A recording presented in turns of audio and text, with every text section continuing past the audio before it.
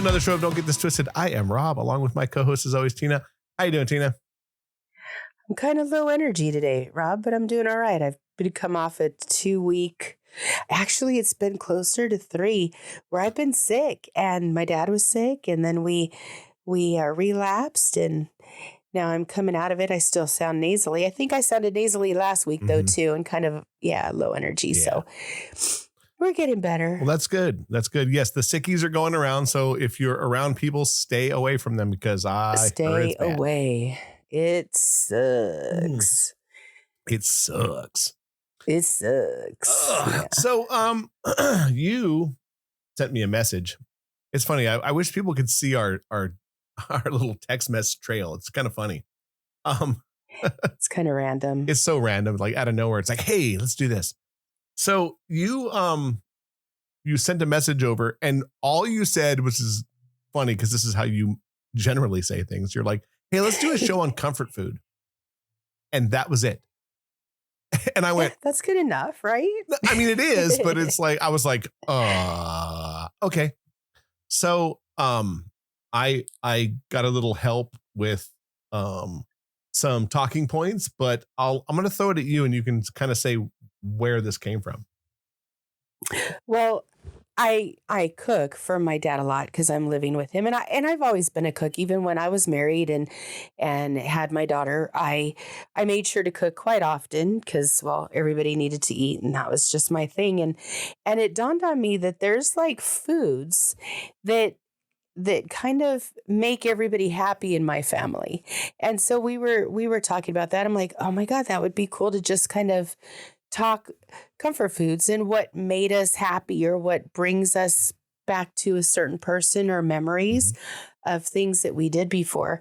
Because I was talking to my dad about stuff, and my uncle visited me, or us. He came from Portland, and, we were talking comfort foods with him. So it was just on my mind. So I thought we could go through like things that made us feel more like home, even though the person that may or may not be around to cook those things for us, we could talk about it. So as soon as where that came from. As soon as you kind of said something, like I think the day after, or on Monday, I don't remember what day it was. I threw it at a guy at my work, and I was like, "Oh, we're going to talk about this." And I had ran some talking points, and I kind of threw something out at him because I think a lot of this the first question is very poignant. This is about comfort food. It said, is it about taste or is it about memories? Oh, I think it's about both, though. Because if it's really good food, it's going to set a really good memory, Correct. But I think a lot of food that we have with people, whether it's out or at someone's house, I think it works both directions this way. Mm-hmm. It's a memory of being together with people that makes the food good, or it is just great food, and that is memories for a lot of different things.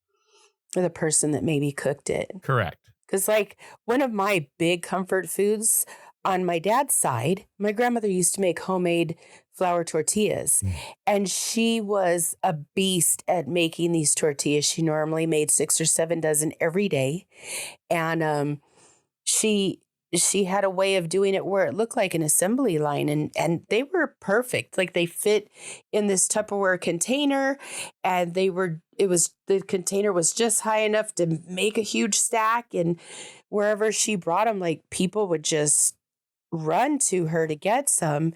And to the point where even the air conditioning guy that used to fix my grandparents' air conditioner was paid in tortillas. Like he was like, I just want a stack of tortillas.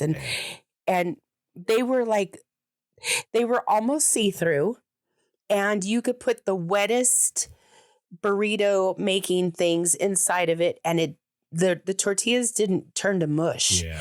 They kept their form, and they were delicious. And the only thing that I didn't get to do, that I think back now and I'm like, why didn't I do that, was make a quesadilla with one. But I couldn't even get that far. It was like, give me the real butter, slap some butter on it, and eat it just like that. It was amazing. That would have been me. Just throw some butter on it. The funny Yeah, thing though just is some is that butter. your grandma probably made them with lard. She did. Yeah, that's why they were so She good and did. they held up. And they held up. That's Yeah. why. They were amazing. Like if you ask people that have had my grandmother's tortillas, they all go, "Oh, Right. Yeah. they were so good." I mean, You know, because there's nothing better than homemade. There's nothing. no, Homemade tortillas are the nothing. greatest. No. And flour tortillas, you don't really see that too often. Yeah. So, and she used So to, when good. she learned, she was 13 years old and made them every day for like her whole life. And it started on a wood burning stove. Oh, even better. So, you know, those tortillas were like Or bomb phenomenal. had a little sear on them.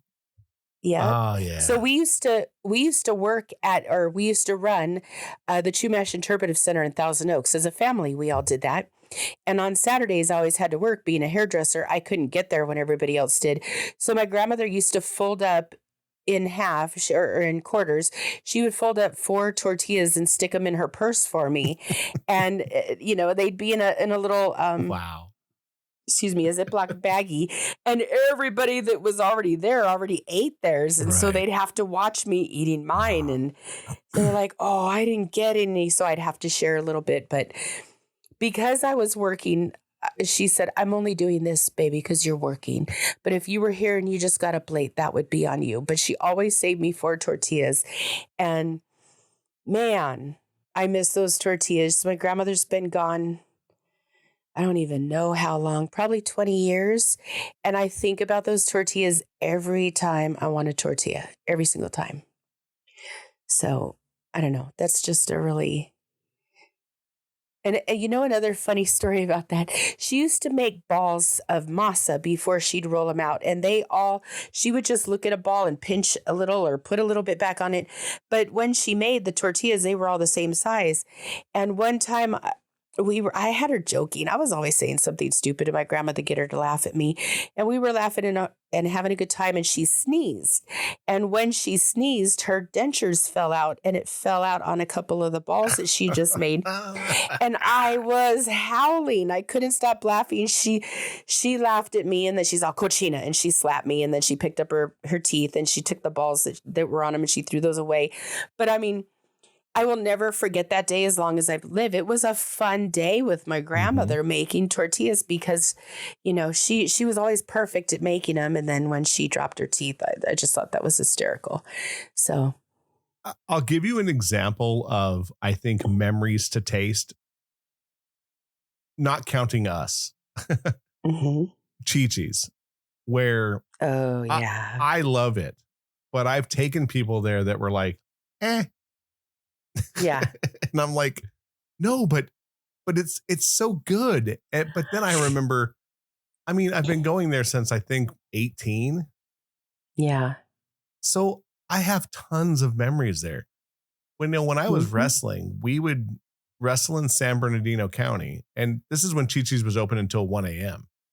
Right. We would leave San Bernardino at like 10 o'clock at night and drive all the way to Northridge and then eat pasta at midnight and like raise hell in that place. And it was like 9 of us and just us. Cause like by then there are people at the bar and then us. Yeah. So I think a lot of it is memories, like just, my family when I was married and our kids went there. Like there's just a lot of memories, and me and you go there still to this day. I was just there the other day. So to me, I think, and don't get me wrong, I think it's great, but I think that it's a mix of that there. Lots of really good memories. I mean, I used to work in the same parking lot there. So like, well, yeah, you did. So for me, it's a lot of that where,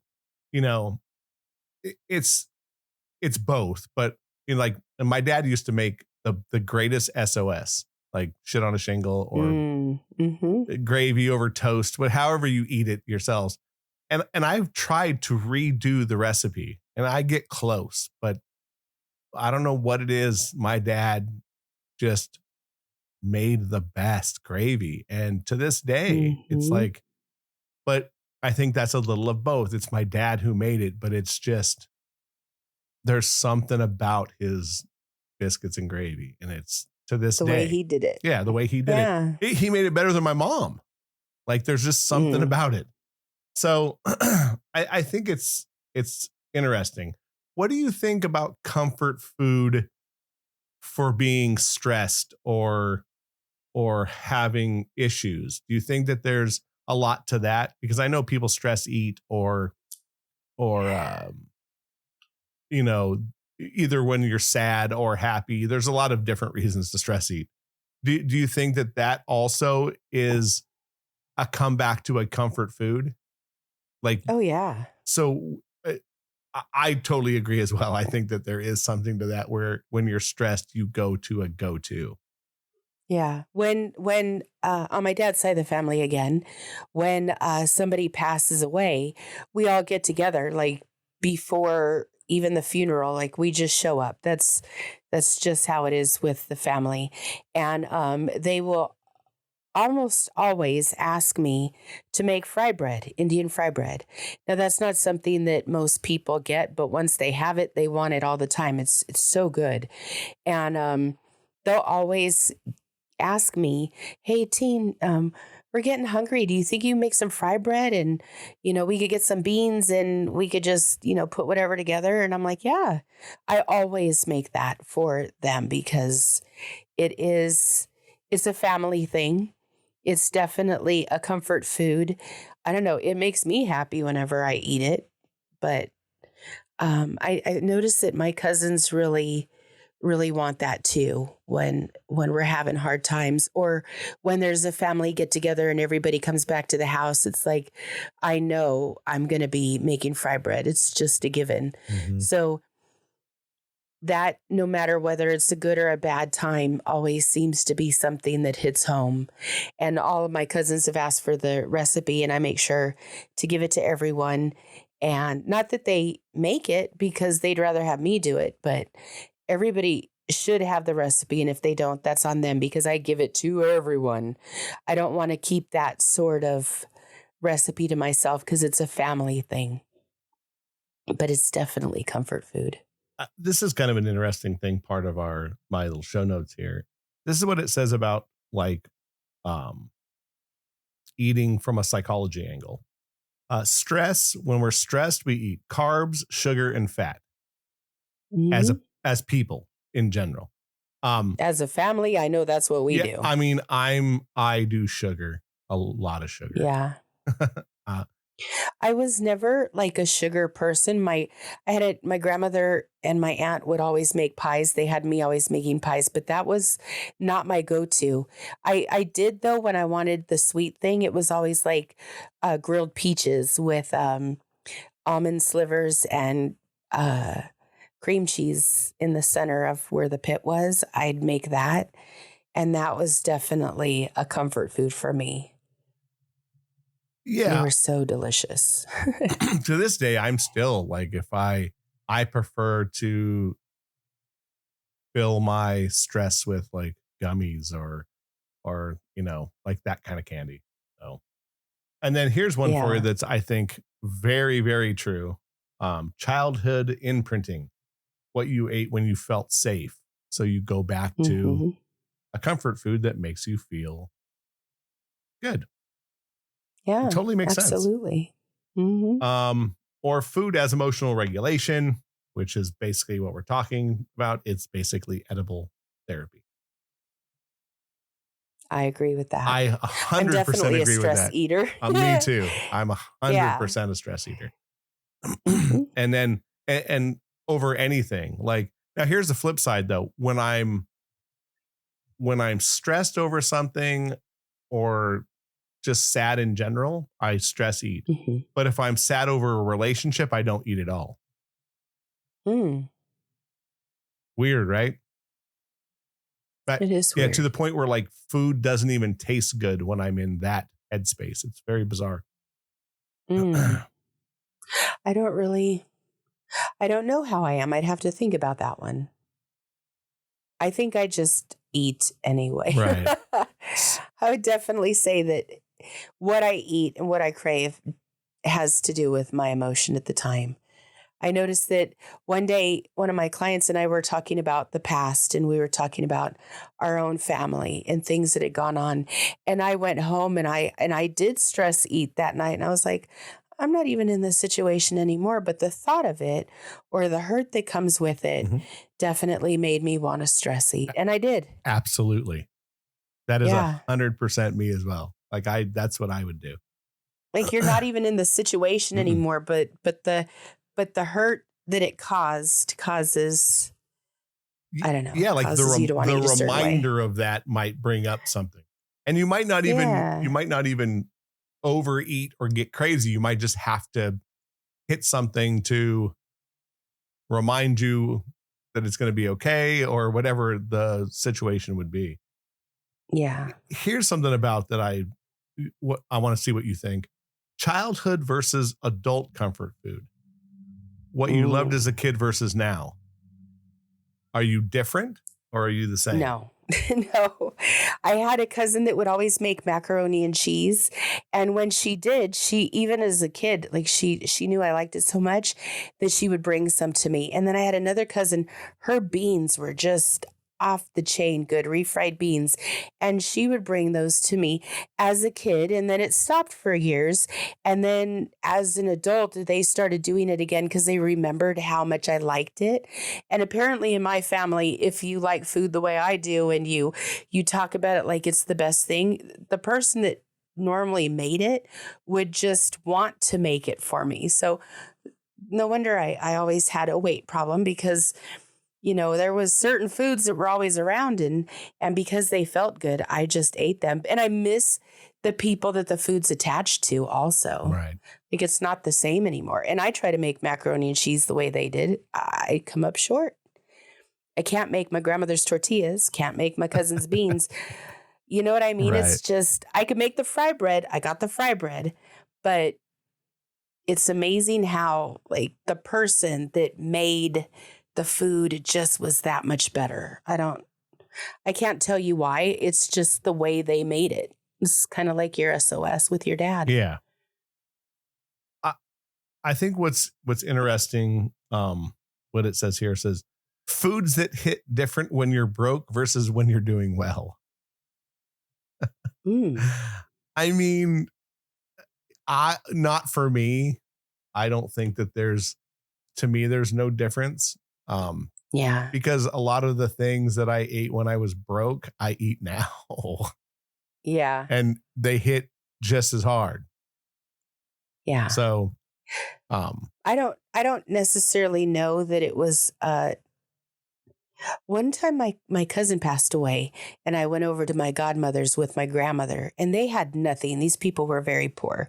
And she picked a couple of avocados off of her neighbor's tree and my grandmother had bought over a French bread. And then they had some government cheese and we had avocado and cheese sandwiches on our French bread. And that was probably the food that I remember from being poor, like, cause there was no meat on it. There was no nothing. It was the best sandwich though. I still make avocado and cheese sandwiches. Just throw it on some bread and normally some French bread. And that will take me back to that day. And she died when I was, I wasn't far out of high school. Cause I remember I took my senior picture to my godmother, maybe a couple months before that. And so it's been a long time, and I will still think of that day eating the avocado and the cheese sandwiches. So good. Yeah. It's so good. I'm kind of the same with like you were talking about, like Kraft macaroni and cheese. When I was broke, I ate it all the time. It hits hard even now. And it's nothing like, it's not even real. No. No, but my brother will still say, hey, Teen, let's have some macaroni and cheese with hot dogs in it. Hell yeah. So I would, cook that up real fast. That's something that when we were kids, we used to like. And every so often we'll still want it. It's been a long time. Here's something that's interesting that's on here. It says hot takes that spark comments. Macaroni and cheese is overrated. No, it's not. I would argue that one. This one's pretty interesting. Comfort food doesn't have to taste good. It just has to feel familiar. I 100% agree with that.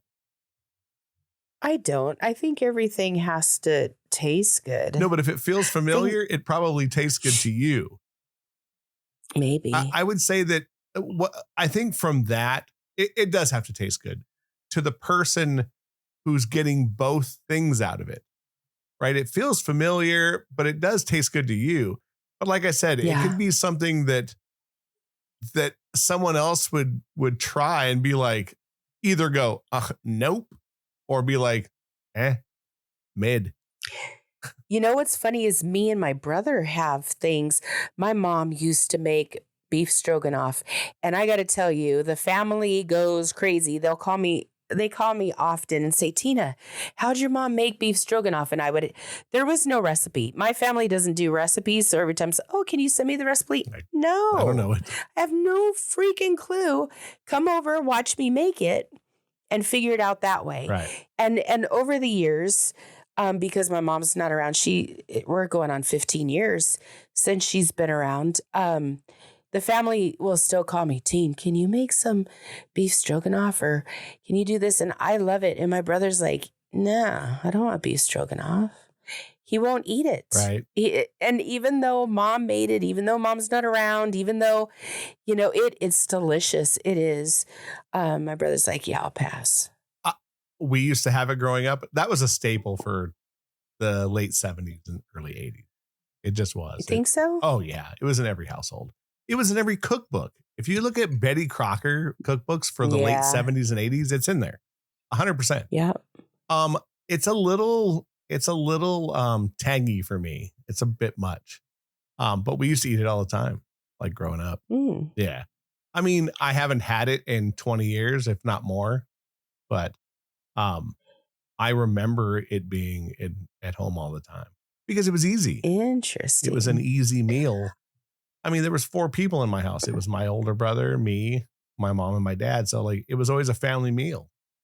We sat down every night and ate dinner together. Yeah, we did too. Yeah, it was, it wasn't Leave It to Beaver, but it was pretty damn close. Like I remember my dad would get up and leave the table because of some of the conversations we had. My mom used to think they were hilarious, but my dad was like, God damn you guys. And he'd get up and walk out. Right. I mean, I was really young. Well, my parents got divorced when I was 8. So we didn't have to go through those things. And then you didn't have the high school conversations. No. And here's the funny thing. When I got older, my brother left the house he left the house because he was asked to leave before he was 18. So like my high school. No way. Oh yeah. My brother, he ended up being a very good man, but his teenage years, he was a punk rocker and he would go to shows. He lived in his car for a little while. Like he did his time. He did his thing, huh? So like the high school years, it was literally just me and my dad at the table. And it was like the simple stuff like, hey, how was school today? There was no like deep. You're like, I didn't talk at all. Yeah, there was no deep conversations. Here's one that I find I will agree because I think we live in the culture now, but probably when we were kids, probably not. It says fast food is the real comfort food for most people. Yeah, no. I would say I agree to a point because we're on the run so much that if you're out and you're going to need to get food, you're going to pick your comfort food being out. So like you're going to go to your favorite burger place or you're going to go to your favorite burrito place or, so I agree to a degree. Yeah. I think real comfort food is restaurant. So it could be whatever the restaurant of choice growing up would be or home. Most of it's home cooked meals. Well, we could talk about Tommy's. Oh, Tommy's, we would go after clubbing every weekend because it's open 24 hours and we would be starving because most of the time we came from work, came home, got ready and left again, clubbed all night. And then on the way home, we would stop at Tommy's and that to me takes me back to that time. But the food's crap. Like there's nothing really great about it. And there's nothing good for you about it. Yeah, there's nothing good for you about it. Man, that chili hits hard, boy. And here's the thing. It hits hard when you eat it because it's good, but it also hits hard later on. Yeah, your stomach's going to really pump it out. It's not a friendly chili. I don't know if they make it with lard anymore, but I know when we were growing up, they would cut a chunk of lard off and start the beans with that. It's so greasy. I would imagine it's still that way. And that's why people keep going there, because that chili's been around since, I want to say, probably the 70s or late 60s. Tommy's been around a long time. But like even another place around here was nachos. Nachos to me was total comfort food if you went out. And they haven't been around probably in 15 years. Was that the place? Was that the place over on Devonshire? Yeah. So that used to be a Noggles before that, which was really, really good. If people can, if I throw that around, that would have to be a Valley thing, but I remember Noggles being there. That was like a big deal. Yeah. And then Nachos was there for years. And that's me and my friends and my cousins, we talk about, remember the bacon and avocado burrito, or just because those definitely comfort food. I remember being sick and my dad would say, you haven't eaten in a couple days. Do you want me to get something at Nachos? And I don't think I ever said no. Right. Exactly. I don't think I ever said no to that place. Is that building gone? Been gone? Or is it still there? No, it's now a falafel house. Oh, okay. Yeah. Because I know it was empty for years. Like there was a few years where there was nothing there. I mean, and I'm talking a long time ago. A long time ago. Okay. Like right after Nachos closed, I think it had like a year or two that it was nothing. It was empty. And then they turned it into a falafel place. Interesting. So, which is not a comfort food. Falafels and that sort of stuff, gyros, not a comfort food to me. Well, that's a great segue that you didn't know it was coming. So comfort food around the world, where it says soul food, Mexican home cooking, and Asian soups. So there is comfort food for other people, right? Outside of American, where I'm sure comfort food is, multinational, multi-country, everyone has a comfort food. We all do. And no matter what country you're in, they have it. So I was talking to one of my clients today and she's Korean and she was talking about all the soups and I go, so what was comfort food for you? And she's like, the soups, and she went through the soups and the stews that she liked from when her mom's still alive, but her mom has Alzheimer's and she's definitely not with it to cook anymore. But she talked about the soups and stuff that she really appreciated when she was younger. And just her talking about it, I was like, I would have loved to have tried, some of the ones she talked about. They just sounded amazing. Well, every culture has a version of like warm, filling, and nostalgic. All of them. No matter, and not that I've been to like, many countries. I've been to Mexico, but, my daughter lived in Germany and she went to a lot of European countries over there. And it's funny that you go to a restaurant there and they have like that, meal that's like, do you want the overly German meal? It's this. Or if you want they went to Spain. It's like, this is like the Spanish meal that everyone knows about. So it's very multicultural. And here, since we're such a, melting pot, like if you want soul food, you can go get it. You want good Asian soup? You can go get it. Mexican food galore, mostly in California. Yeah, absolutely. And I know people who live in Arizona. I know people who live in Texas. It's different. It's totally different. And they've all been, excuse me. They've all been through California. And all of them will always tell you that California Mexican food is the best. By far. Yeah. Which is quite funny. Although I had Mexican food in North Carolina and I won't lie to you, it was top notch. Interesting. Yeah. But like, here's the thing though. I read a Yelp review before we went there. And when we walked in, all the furniture was pastel pinks and blues. And like my thing with most ethnic food is if you walk in and there's no people from that ethnicity, you probably shouldn't eat there. So Right. so we walked in and there was several Mexican families there, and I told my friend at the time, I went, I think we're gonna be okay. Yeah. And we were, and they made the greatest horchata. Oh, so good. See, and that's another thing, like drinks too. Oh yeah. A drink for me is Jamaica. We used to have Mhm. Jamaica, or my grandmother would make. She made the best lemonade, and she always used fresh lemons that she picked off somebody's tree as we were walking down the street or around the Around corner from town. where she lives Mhm. or whatever. But the lemonade was off the chain. So Jamaica, is that the green one or is that the red one? It's The red. red one. It's made from flowers, from Mhm. hibiscus flowers, I want to say, and you steep them in water each, and then you add some sugar or whatever sweetener you're going to use, and it's delicious. So there's a place around the corner from my work, and it used to be a liquor store, which is now a converted little Mexican place. Really awesome place.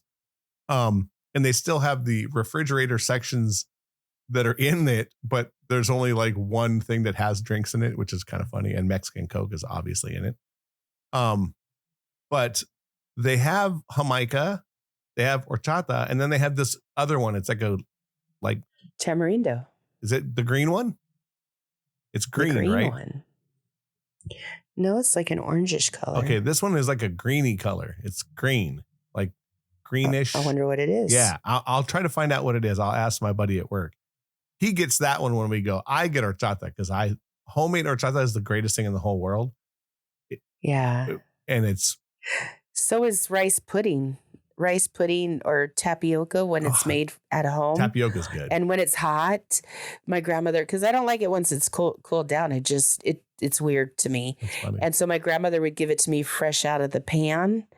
Oh my God. That's comfort food for sure. And every time I was sick, and wasn't eating or was throwing up, my grandmother would say, you want some tapioca or some rice pudding? And the first thing out of my mouth seemed to say, hell yeah. Like, of course I did. Right. I didn't get sick for nothing. That's funny. Tapioca was always around my house. So yeah. no rice pudding. Did you pudding. not like it? I love tapioca. There was never rice pudding because my dad had to eat it as a child. And I mean, eat it like for a meal because my dad was dirt ass poor. They didn't even have a bathroom in their house. They had an outhouse. Holy crap. Someone had given them a shit ton of rice pudding. So he can't smell it. Nothing. He hasn't ate it since he was a child. My dad's 81 years old. So he hasn't ate it in like 70 years because he says the smell makes him want to vomit. How sad. But that goes to show you about what food can do to you, whether it's comfort food or something that you had to eat. You know, it ruined that for him. Yeah. Here's like one of the things we were talking about earlier, and I think this is 100% true, whether it's friends or family. Food that is tied to people. Meals remind you of someone, grandma, parents, ex. Yep. Like, I'll tell you, my ex-wife makes the best red rice that I've ever had, and she's white. Okay. And I mean, now, to be fair, her first husband was Hispanic and she learned from his mom, but it's insane. It's so good that when my son goes to her house and hangs out, she makes a whole pan full of it and sends it home with him. Oh, wow. Yeah, because, and like every time he brings it home, I'm like, I need to get a little bit of that rice and put it in my shit because it's so good. Yeah. So yeah, it does. There's so many foods that remind us of people, friends, and I think, like I said, whether it is good or it's a memory of just great people, it means a lot. Over the last, I would say, year and a half or so, like my friend down the street would always make food, and I'm very finicky, and she would make me eat it or make me try it, and the shit that I ate that I've been missing it makes me like kind of sad because she would make these soups that were like really good. And then, Mm-hmm. or whatever, she would just make food and I would start eating it. So I think that like there's so many things that remind us of things. Like certain candies remind me of my grandma because she would make cookies for the holidays. And Mm-hmm. when I see a certain, she used to make a sugar cookie with a Hershey Kiss on top. Mm-hmm. When I see that cookie, no matter who makes it to this day, I think of my grandmother. Oh, yeah. And I mean, I haven't ate that since I was 13 years old, that from my grandma. So, but it Wow. still reminds me of her because of that. So it's funny. Or here's a funny thing that, my mom only had me every other weekend. So I would always go to her house and we would order pizza every single time. Just because my mom knew that it was easy, it was quick. So when I eat, like when I get a Domino's pizza, it reminds me of going to my mom's house, and my best friend would go with me and we'd go and hang and we'd always watch movies and eat pizza together.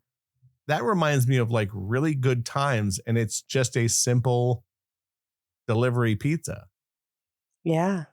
So my grandmother on my mom's side, she used to make fried chicken in these big cast iron pans. Yes, And she always best. had two going, and she would cut up the chicken, throw it in bacon grease. And then she'd fry them up, and then she would make these buns that were like the size of my face, and on big sheets. She just made tons of them, and she always had like a pound chub of butter sitting there. And man, I remember eating that chicken right out of that bacon grease with a bun. And to this day, if I smell bacon grease or chicken being fried, I think of my grandmother. Right. I literally cannot stop thinking about her the whole time I'm smelling it. And I make chicken like that now too, because they're saying, you don't want to use all the seed oils, and you don't want to use the vegetable oils. They had it right when they were using lard. Fat. Apparently. Yeah, fat. Mm-hmm. But I got to tell you, when I make chicken like that, I'm like, oh my God, this makes me so happy. Oh yeah. Yeah. My dad did the same thing, although he used corn oil, obviously, but yeah, like my dad would cook, and I would always remember walking in the kitchen, and he had a big skillet, and he would just be frying chicken and then put it in on a paper plate with a paper towel on it, so it would soak up the grease. Which is kind of funny because, like, looking back, I think that my dad would have been the person that had a wire rack if it was a huge thing then, and you know what I mean, like now everyone has a wire rack. Yeah. Where I don't know, I still don't use it with a wire rack. I still put it on a paper plate with yeah, that's how I cook my bacon. Down. When I cook my bacon, I always put it, or like my fried potatoes, because I make like home fries. I always put them on a paper towel first, so it gets a little of that grease. That's awesome. Now this is where like the flip side of where we're talking about how they remind us of something. What about foods you can't eat anymore because of memories, like my father and his rice pudding? Is there anything that you just go, nope, reminds me of this person, or you had a bad experience? No. Well, so in the first grade, everybody liked those burritos that you get from school, the frozen burritos. I threw up one in the first grade, and I still to this day have never eaten another one because it just grossed me out so much. Right. But and everybody I've ever known has always had, even my dad, he'll have frozen burritos in the freezer, and I don't touch them. Like, that is one thing. He said, who ate my burritos? And I looked at him, he goes, yeah, that wasn't you. Exactly. He knows that's not me. That's funny. But that's one of the only things I could think of that I didn't like. And everybody in school liked those stupid burritos, like all through school, but not me. Yeah, I can't off the top of my head go, I don't eat this, because of this. I do have a memory, but I don't eat cheese anyway.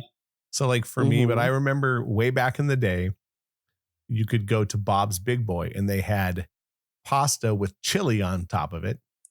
And a big slice of cheese. Slice of cheese. And they brought it to the table and I hacked on the table. Oh, yeah. Oh, how sad. Yeah. So, but the funny thing is if they would have brought it no cheese, I'd have killed it. So it was just, it's a cheese thing, but like. And it's American cheese, so it's crap cheese anyway. So for me, the funny thing is, like I said, I can't off the top of my head think like, oh, I don't eat that anymore. Because like I said, I'm very finicky. So like the things that I eat and I enjoy them. Yeah. So, what about this? What do you think about, is cooking as a way to reconnect with somebody? Like, absolutely. Yeah. I think so. I've had some really good barbecue times recently where the cooking is secondhand to the reconnecting, but the reconnecting is great because you're cooking together. Yeah, for sure. I definitely would agree with that. I have a lot of family that will still, Tina, will you cook this with me? Tina, will you show me, now it's show me because I'm getting to an age where they should be asking that because, I could not be here tomorrow. We're getting to that age where people are passing. And I noticed that families are starting to do that, or my cousins are starting to say, or the kids, like the younger ones that I used to babysit. Oh, Tina, can you make this or that? And I'm like, yeah, let's do it. Right. Let me teach you because it should be passed on. Yeah. Yeah. My aunt, she lives out in Palm Springs somewhere. We would always go over to my dad's brother's house, which was my aunt's husband. She made the best barbecue beans like ever. And that's kind of like that same thing where it was like, no matter what. And we would always go there. And I remember watching them and we would help a little, but they were really good at cooking the food. But when you see that and you're like, oh yeah, I remember that. When you do it with somebody to reconnect, you get double nostalgia. You get like this and you get this. Like I had cooked some things. We got we got asparagus and cooked it on the barbecue, but we also got Brussels sprouts because it was really hot out when we were cooking. It was summertime. So she soaked them in like an olive oil or whatever. And then we put it on a piece of aluminum foil on top of the barbecue and cooked them. Spot on. They got a little crunchy. So like, these are now things that I'll remember when I think of them and think of eating food a certain way. It's kind of, it's awesome. What's really cool, because I've always been the one to cook. So people will remember things from like way back, and I'm like, I don't remember making that with you, but I'm glad that you have that memory and that you want it again. Like, yeah, I'll make it with you again. But, I've done it so much with so many people that I don't even remember who I'm cooking for or what I'm cooking. And that's been kind of a trip too, because as we get older and we'll reconnect again, because, years have gone by and situations have changed and whatever. And we'll sit together. Oh, do you remember when you did that with me? And I'm like, my God, I don't remember that. But yeah, I know how to make that. Let's make it. I'll cook it up for you again. I remember like my grandfather made the best French toast, and he would make it. He didn't cook much. He didn't do very many things, but he made some killer French toast. And for as long as he was alive, I would get him. He made it in my house when I was married for us one day. He came over and I said, hey guys, Pops is coming over and he's going to cook some French toast. Y'all should show up. And everybody showed up because they were used to his French toast, and it was delicious. And I like the memories because we got to do it together. I think this is kind of part of what you're talking about. So there's a guilty pleasure part of my little notes here. And part of it says, your I don't care, I'm eating this anyway foods. Yeah. That's 150% correct. God, there's so many though. I couldn't even. They give a really good example. This one, I think, is what you're kind of talking about earlier with Tommy's late night fast food runs. Yeah. Where I remember being with somebody and we had a few drinks, and Del Taco sounded like the greatest thing in the whole world. And funny thing is, it really is when you're intoxicated. So, I think that's kind of interesting, where I think a lot of us have that it's late night. You're either hungry because you've been up too long, or people are drunk around you and you need to go pick something up. Mostly on the way home. If you're a DD, I've done it many times where the other 5 people in the car are like, stop at McDonald's, or stop at We need it now. we need it now. Taco Bell. Go to Taco Bell and get 48 tacos. Like, Right. all right. Or do you remember a place called El Mero Mero in Pacoima? No. Oh man, when I hung out with my friends that lived in Pacoima, we would stop there at the end of the night and get like the best burritos, like carne asada burritos with beans and rice and cilantro and onions and hot salsa. Oh man, I wish that place was still open because I would go there still. So there was a place that my ex-wife would take us to that was open, I think, until like 2 a.m. every time. Funny thing is, in Pacoima, called Rigo's Tacos. It's on like Glen Oaks and Osborne. Right. And I remember going there, and I was, Pacoima, and when I was married, was not a very safe place for white folk. It's still not. So we would go there, and I was like, we're going to go in this place. It's like almost 1 a.m. I'm like, are you sure we should be there? And she's like, don't worry about it. I come here all the time. And when we went in there, it was like the United Nations.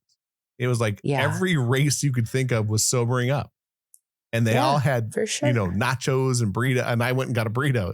Funny thing is, kind of saw the burrito. And that's like such a crazy memory that like, oh yeah, you're right. That is like a late night run. And at the time I didn't drink. So like she was always sobering up. What about this one? What about like weird combos? Like people who will eat like weird shit together. I don't, but like my brother would eat anything. What do you think is weird versus not weird though? Like things that like wouldn't go to. When my brother was much younger, and I mean in high school young, he worked at McDonald's. He would come home and he would make like pickles, whatever was in the fridge, he would just throw together.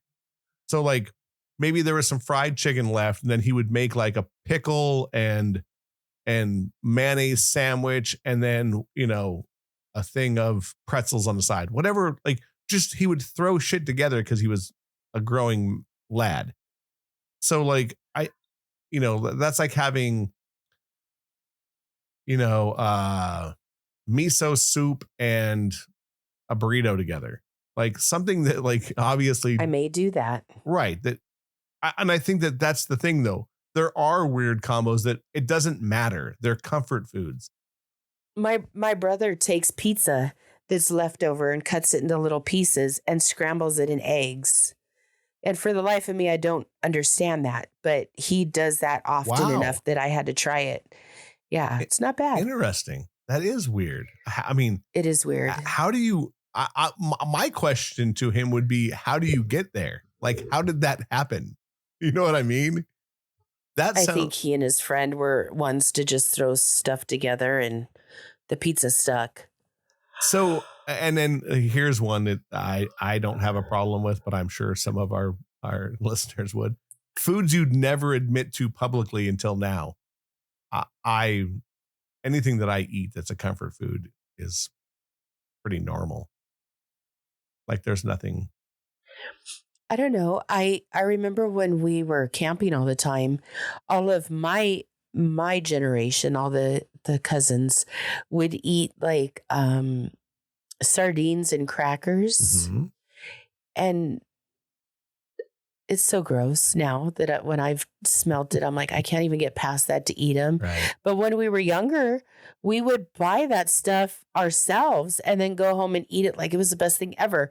Now, I think that was a cousin thing. I don't think it was a good thing. It didn't taste all that great, but we did it because we were all together and I don't know, maybe all fitting together or getting along or wanting to connect. And that to me now, when I open up that stuff, I'm like, oh, I'm over that. I think that was a very common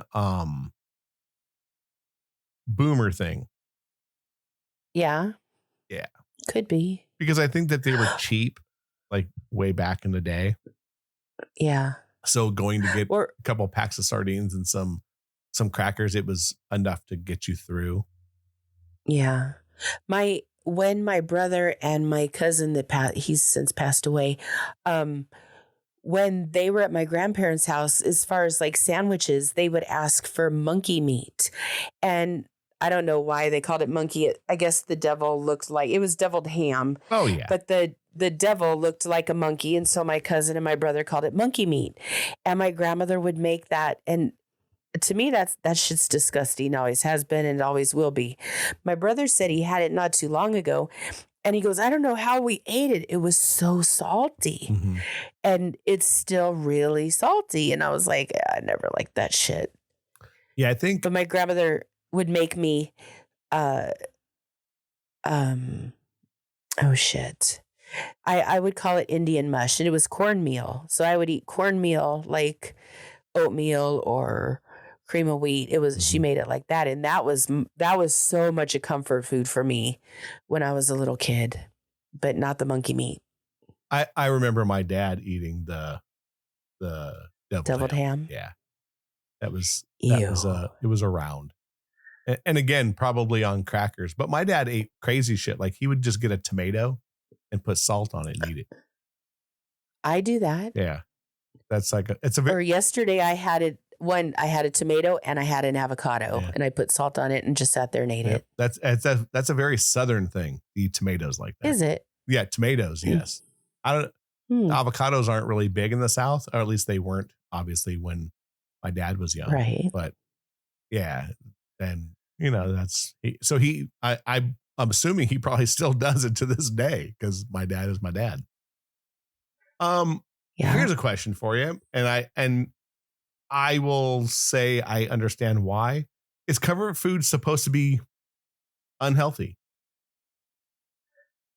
Or can your comfort food be like a clean eating? And I would argue that sure it could be decent. It could be anything as long as the memory is there and it's good. I mean, it's just got to hit that spot. Yeah, it's whatever hits the craving.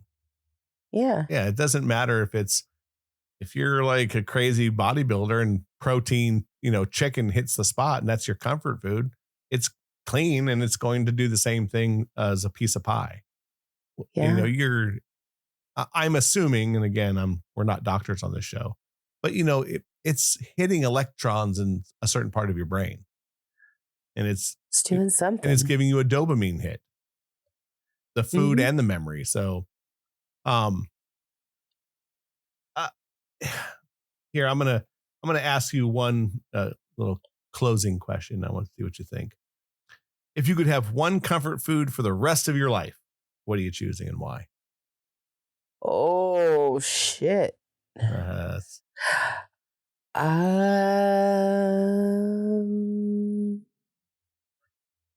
Wow. I think my first thought was macaroni and cheese, homemade macaroni and cheese. But then my next thought would be my grandmother's tortillas, but she's not around anymore, so I wouldn't get those anyway. Right. So then it would go to fried bread and fried chicken. So all of those are fatty foods. I would say for me, if it had to be one thing, would be carne asada tacos. Yeah, see, to me, those aren't comfort food. That's just good food. Yeah. But that wasn't like the But I get you. I would hands down do those any day. I think every sitting, day. I think sitting at, if I had to have that, and I actually put that now to people and places, not just that, because I've had it with people that, certain people, me and my ex-wife used to cook it. It's funny because where I live now, they're opening a Vallarta right down the street. I can't wait. Nice. Cannot wait because they don't have them where I live. So they're just starting to open them up where I live. So I can't wait. I told my son, I go, it opens on April 1st. I'm like, we're going to go get a big old bag of carne asada and we're going to cook it on the barbecue.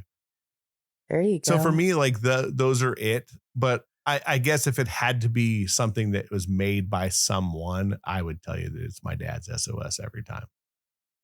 There's just something that hits with that. And it's horrible for you. It's like bacon grease and flour. Yep. My dad makes a really good meatloaf. I like his meatloaf. And my mother used to make chicken noodle soup, but we would make the noodles by hand, and then she would put dumplings on top, and oh my God. But again, that's fatty food. So maybe I am. The good food is the fattening stuff. It is. Well, because it has all the good flavor in it. Fat is flavorful. That's why like a good steak has marbling in it, or you keep a big fat, the fat around it to cook on it because it seeps in. Fat is good. Yep. Bad for you. Is but good. boy, why do you think we love bacon so much? Bacon is because it's delicious, but it's very fatty. It's salty. It's salty and fatty. That's why it's so good. And it's amazing. I love me some bacon. A good BLT. I asked my friend the other day, like what type of foods remind her of certain people. And whenever I do a girls' trip with the girls, we would go to Havasu. And basically the whole time I was there, I was the only one cooking because everybody was like drinking and they weren't having it. And she said, I really like when you make your tuna melts. Because again, I'll do it on a French bread loaf. And then the tuna's got jalapeno and onion and tomato and cilantro and a little bit of ranch dressing and mayonnaise, mustard. I put sesame seeds in it. And then, we put real cheese. I don't use the American cheese, but we'll put slices of cheddar on it. And then I put it in the broiler and toast it up. And every single one of my friends that I go with to Havasu, they're like, when you're there, can you make that sandwich again for me? I'm like, that's funny. Really? That's what you like? And they're like, you make tuna not taste like tuna. It's kind of delicious. Yeah. So, and again, that just goes to show you, like, that's a comfort food for them. It's something that reminds them. It reminds them of our vacations together. Exactly. And I like that they think that way. Yeah. It makes me feel good that they have that memory with me. Yeah, that's good stuff. Yeah. All right. I think that was a pretty solid show there, miss. That was quick. Hey, yeah. And you know what I need to do right now? Eat. Yeah, kind of funny. Right.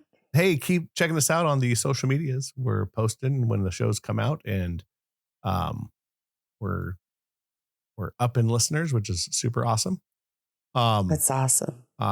You can pretty much hear us anywhere. There's podcasts, they're everywhere now, but you guys have been really good. Apple, Spotify, checking out our webpage. And it's an opinion show. Don't get it twisted. Keep coming back every Wednesday. I'm Rob. That's Tina. We'll see you in a week. Bye. See ya.